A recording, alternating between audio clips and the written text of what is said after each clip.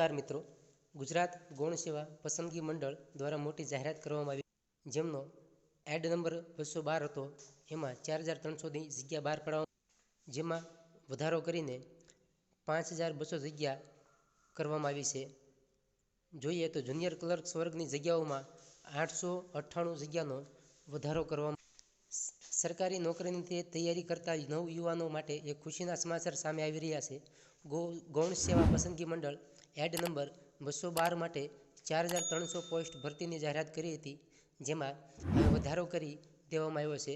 હવે 4300 નહીં, પરંતુ 5200 જગ્યા પર આ ભરતી કરવામાં આવશે. જુનિયર ક્લાર્ક વર્ગની જગ્યાઓમાં 898 જગ્યાઓનો વધારો કરવામાં આવ્યો છે.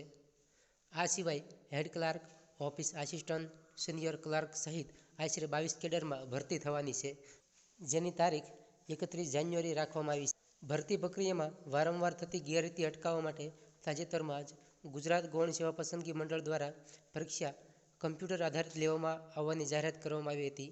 હવે ગ્રુપ એ અને ગ્રુપ બી એ રીતે પોસ્ટને અલગ ગ્રુપમાં વહેંચણી કરી દેવામાં આવી છે, જેમાં બંનેમાં પ્રિલિમ પરીક્ષા પછી મેન્સ પરીક્ષા પણ લેવામાં આવશે, જેના આધારે ઉમેદવારની પસંદગી કરવામાં આવશે.